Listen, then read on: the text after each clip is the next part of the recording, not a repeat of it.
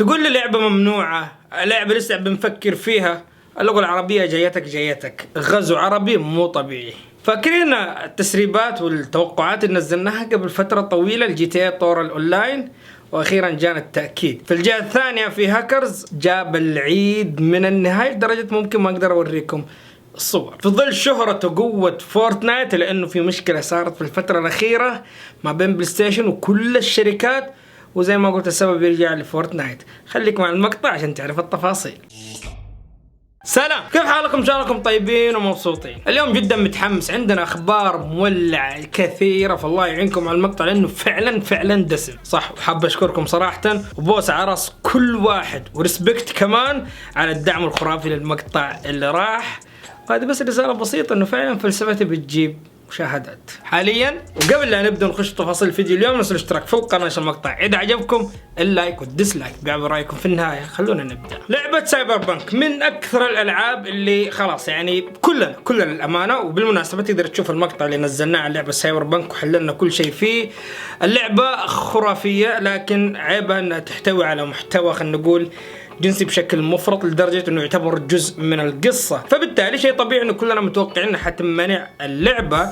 مع العلم انه نفس الاستوديو اللي سوى لنا لعبة سايبر بانك اللي هو CD Projekt قبل كده سوى لنا لعبة ذا ويتشر اللي برضه كمان مليان اشياء جنسيه، ويعني جزء من شخصيه اللعبه او شخصيات اللعبه بشكل عام. ومع هذا نزلت لنا اللعبه يمكن بافضل ترجمه قد شفناها، سواء كتابه نصيه او حتى بالترجم كلام الشخصيات. رجعوا لنا حاليا وهذه المره بترجمه وباعلان رسمي. قبل كذا في كذا من الشباب تواصلوا معاهم ايميل وفعلا جرد انه اللعبه حتكون متواجد فيها لغه عربيه. وبالاضافه كمان جاء تاكيد في تويتر بحسابهم بشكل رسمي انه بعد ما شفنا الحماس لعبه ذا ويتشر، شيء طبيعي انه احنا بنكرر نفس التجربه مع لعبه سايبر بانك. انا عارف ايش اللي جاي في بالك، انه كيف اللعبه حتمنع وفي نفس الوقت ممكن تنزل فيها لغه عربيه.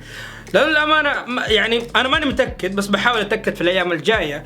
بس لما تيجي تفكر فيها، لو حطوا اللغة العربية كسبتايتل زي مثلا اللغة اليابانية أو تركية أو سويدية أو المهم اللي هو، فأتوقع أنها ما راح تكون مشكلة، أنها جزء أصلا من اللعبة. يعني بغض النظر تشتريها من ستور أمريكي ولا أوروبي ولا اللي هو، ما راح يكون فرق لأنها شيء داخل اللعبة. لكن هل يعني حيفرق معاهم او لا؟ حتبان هذه التفاصيل اكثر في الايام الجايه، بس نحتاج طبعا نتواصل معهم. في الوقت الحالي خلونا نفرح وننبسط. جيرز اوف وار 5 الغنيه عن التعريف، كلنا متحمسين لها، حصريه جهاز الاكس بوكس. من بعد ما شفنا خلاص انتهت اشاعات لعبه سايبر بانك من ناحيه اللغه العربيه وجانا التاكيد من بعد ما كانت التسريبات باقي ردت، حنتكلم عنها الان ومع لعبه جيرز اوف وار. وهذه المره مع المسؤول عن اللعبه في تويتر، وقال واحدة من جزء من خططنا انه نحط اللغة العربية.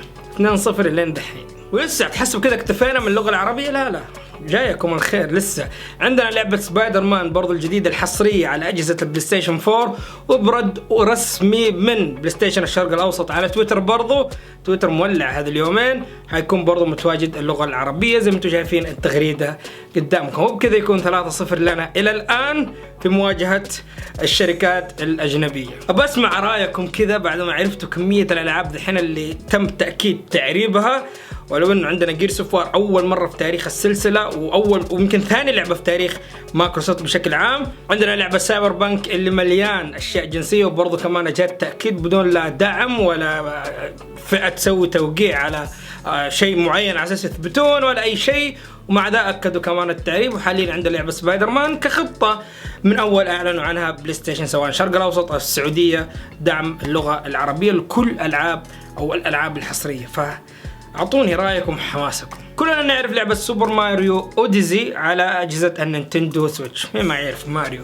لكن الغريب مو هنا، الغريب انه في هاكر قدر يهكر اللعبه ويحط لهم صور اباحيه او جنسيه او انها غير اخلاقيه يعني من النهايه في اللعبه. اعتذر ما راح اقدر استعرض لكم الصور، لكن كالعاده دائما نحصل لكم حلول على اساس ما نبغى ندخل مشاكل مع اليوتيوب. هتحصلوا رابط عندكم بيوريكم او بيوديكم على طول على الموقع، وتفرجوا واكتبوا لي تحت ايش رايكم بالحركة الوسخة اللي سواها؟ والآن نبدأ مع أخبار سريعة. لعبة وورلد وار 3 للأمانة ما في أحد شاف اللعبة هذه إلا وشبهها على طول بلعبة باتل فيلد الجزء الثالث. طبعا شاركونا صور جديدة زي ما انتم شايفينها قدامكم، فعلا تحس فيها شبه مو طبيعي من لعبة باتل فيلد 3. ما عندنا تفاصيل كثير لكن كلنا نعرف انها حتنزل على أجهزة البي سي بنسخة الوصول المبكر، يعني تكون تحت التطوير وتلعبها زي ما صار مثلا مع لعبة ببجي، ولو نجحت ان شاء الله حتتوفر على كل الأجهزة. طبعا هذا الكلام حيصير في نهاية السنة. الواجب ذكره انه حنعرف تفاصيل اكثر عنها ان شاء الله في معرض جيمز كوم اللي حيصير في شهر أوغست أو شهر 8 بالميلادي. لعبة God of War وفي تحقيق أرقام جديدة، أكثر من 50% تخيلوا من الناس اللي اشترت لعبة God of War قدرت تختم اللعبة. الرقم يعتبر كبير وأول يعني أكثر لعبة فعلا الناس قدرت تختمها. مورتال كومبات الظاهر انه في جزء جديد بس للأمانة ما نعرف اذا كان حيكون رمزه XI او حيكون رمزه 11. طبعا الصورة اللي حتشوفونها قدامكم هي آخر صورة شاركونا إياها بالتحديد من المخرج الإبداعي والمؤسس المساعد للسلسلة الخرافية مورتال كومبات. أعطوني رأيكم. لعبة من 4 استديوهات شغالين على لعبة كراك داون 3 الاستوديو واحد اللي شغال عليها. الضربة الموجعة انه الاستوديو اللي كان مسؤول عن تطوير اللعبة بانه تتحسن وتقدم افضل اداء عن طريق الخدمة السحابية اشتروا استديوهات ايبك اللي مسؤولين عن لعبة فورتنايت، وبكذا يكون خسروا او جاتهم ضربة جدا موجعة لعبة كراك داون. اتوقع هذه احد اسباب تأجيل اللعبة للسنة الجاية. على العموم في اخر تصريحاتهم قالوا حيشوفون حل المشكلة هذه بعيد عن الخدمة السحابية لكن بنفس النتائج. لعبة GTA طور الاونلاين من فترة طويلة احنا قاعدين نتكلم ونقول لكم يا جماعة الخير، ويعني بحكم انه احنا تقريبا من افضل المصادر اذا ما كنا الافضل من ناحية GTA تغطية اخبارها من زمان من فترة طويلة. على العموم اتكلمنا قبل فترة انه فعلا التحديث الجاي حيكون على النايت كلوب او الاندية او الاندية الليلية يعني بشكل عام، وفعلا اليوم شاركتنا روكستار المقطع اللي حتشوفوه قدامكم وحرجع لكم.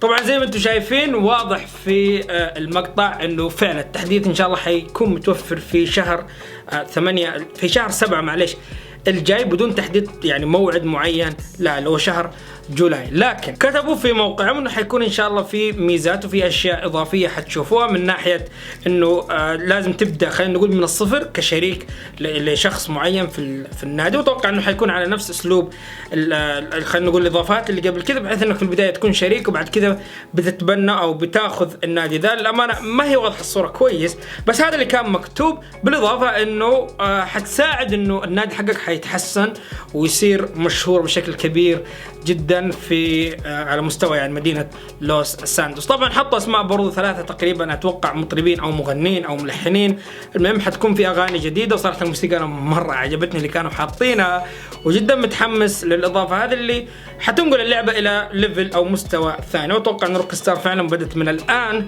تشتغل على اللعبتين، وزي ما قلنا زمان حيكون ريد ديد ريدمشن وجي تي اي هم الشيء الاساسي لروكستار. لعبة فورتنايت والمشكلة الأخيرة اللي سببتها بلاي ستيشن. طبعا بلاي ستيشن من زمان رافضة فكرة لعب مشترك أو يتشاركوا مع أي شركة سواء كانت نينتندو أو حتى عندنا الاكس بوكس، والسبب واضح جدا بغض النظر على انه معاهم الحق او لا هذا رايك، بس انا من رايي الشخصي معاهم قلبا وقالبا في قرارات بلاي ستيشن، لانه خلونا نكون شويه واقعيين. انت لما تتكلم عن 80 مليون نسخه مباعه من جهاز البلاي ستيشن وتبغى تتشارك معايا بكروس بلاي او خلينا نقول جيب لي جهاز زي الاكس بوكس او نينتندو ودخلهم على طول مع حق البلاي ستيشن على اساس يلعبون مع بعض، فبالتالي انت اللي حتستفيد يلي اقل مني بايع من هذا الموضوع، لانه انا عندي جمهور جدا قوي. معليش جمهور فورتنايت، بس احد اسباب شهرة اللعبة جهاز البلاي ستيشن، واحد اسبابه قرار انه على البلاي ستيشن تلعبها بدون بلس، فبالتالي اللعبة مجانية ما تحتاج انك تشتريها ولا تحتاج حتى اشتراك عشان تلعبها. ففعلا بلاي ستيشن احد الاسباب من بعد الله في نجاح اللعبة، فعلى اي اساس تشارك نجاحها مع الشركات الثانية اللي في يوم من الايام الاكس بوكس لما كان ناجح على ايام ال 360 وعكس البلاي ستيشن 3 ما شفنا انه اتعاونوا جماعة اكس بوكس مع بلاي ستيشن. فاتوقع سبحان الله الدنيا دواره، وحاليا بلاي ستيشن ما تبغى تتعاون مع احد وتبغى تكتفي بنفسها. انا اشوف الحق معاهم، اللي بيزعل من هذول الشركتين يزعلوا براحتهم، ولو انا عارف الموضوع بالنسبه لنا احنا كعرب ما حيكون مؤثر بشكل كبير، لانه اغلب الجمهور عندنا عنده جهاز بلاي ستيشن عكس مستوى العالم ككل. بتحصل الاجهزه متوزعه ما بين نينتندو وما بين اكس بوكس، يعني في تعادل، فبالتالي عندهم سوى لخبطه اكثر من عندنا. برضو ابى اشوف رايكم تحت في قسم التعليقات. صراحه ما اعرف، يعني قصتنا اليوم حتكون شويه حزينه، لانه جهاز الاكس بوكس، او خلينا نقول عائله اردنيه بكل بساطه، كانوا يلعبون، او خلينا نقول الزوج بيلعب على الاكس بوكس والزوجة تبغى تتفرج مسلسل معين، اتخاصموا فيما بينهم. بتحس، انا عارف يمكن بعض يشوفها كأنها مخاصمة اطفال، بس فعليا هذا اللي صار. بعد ما تخاصموا اشتد معاهم الخصام وطلق الزوج زوجته. طبعا هذه العائلة عندهم ابنين، او خلينا نقول ولد وبنت. البنت عمرها تقريبا 2 والولد عمره طفل، يعني خلينا نقول في بداية الشهور، 6 شهور 4 شهور 3 شهور. فحرام انه ينتهي موضوع بالطلاق عشان موضوع تلفزيون واحد وجهاز واحد، وخلينا نقول جهاز ريسيفر واحد. على الامانه ما اعرف كيف حيروحون عند القاضي، ولما او حتى الاهل لو وصل لهم الموضوع انه الطلاق بسبب انه انا ابغى العب وهي تبغى تتفرج، فاشتد الموضوع. على العموم صراحه ما احب يعني اتكلم عن مواضيع زي كذا، بس فعلا موضوع تافه. يعني حتى العيال لو كبروا وعرفوا سبب الطلاق، انا ما ادري ايش حتكون ردة فعلهم وايش بقوا للصغار، ما ادري. اتمنى اشوف رايكم في قسم التعليقات الموضوع الغريب هذا. وبكذا بقول لكم يعطيكم العافيه، ويعطي العافيه برضو للشباب الموقع اللي ما شاء الله اول باول بينزلون عندنا في الموقع. فاتمنى تتابعونا على حساباتنا. وكان معكم احمد ابراهيم من قناه فيديو جيم فور عرب. نشوفكم في مقطع جدا قريب. سلام. I shut my eyes, trying not to speak, pretend that I'm dreaming. I smell your breath, not listening, but I still hear you screaming. Going under. One step away till you hear what I'm saying. Sounds like thunder. And the clouds are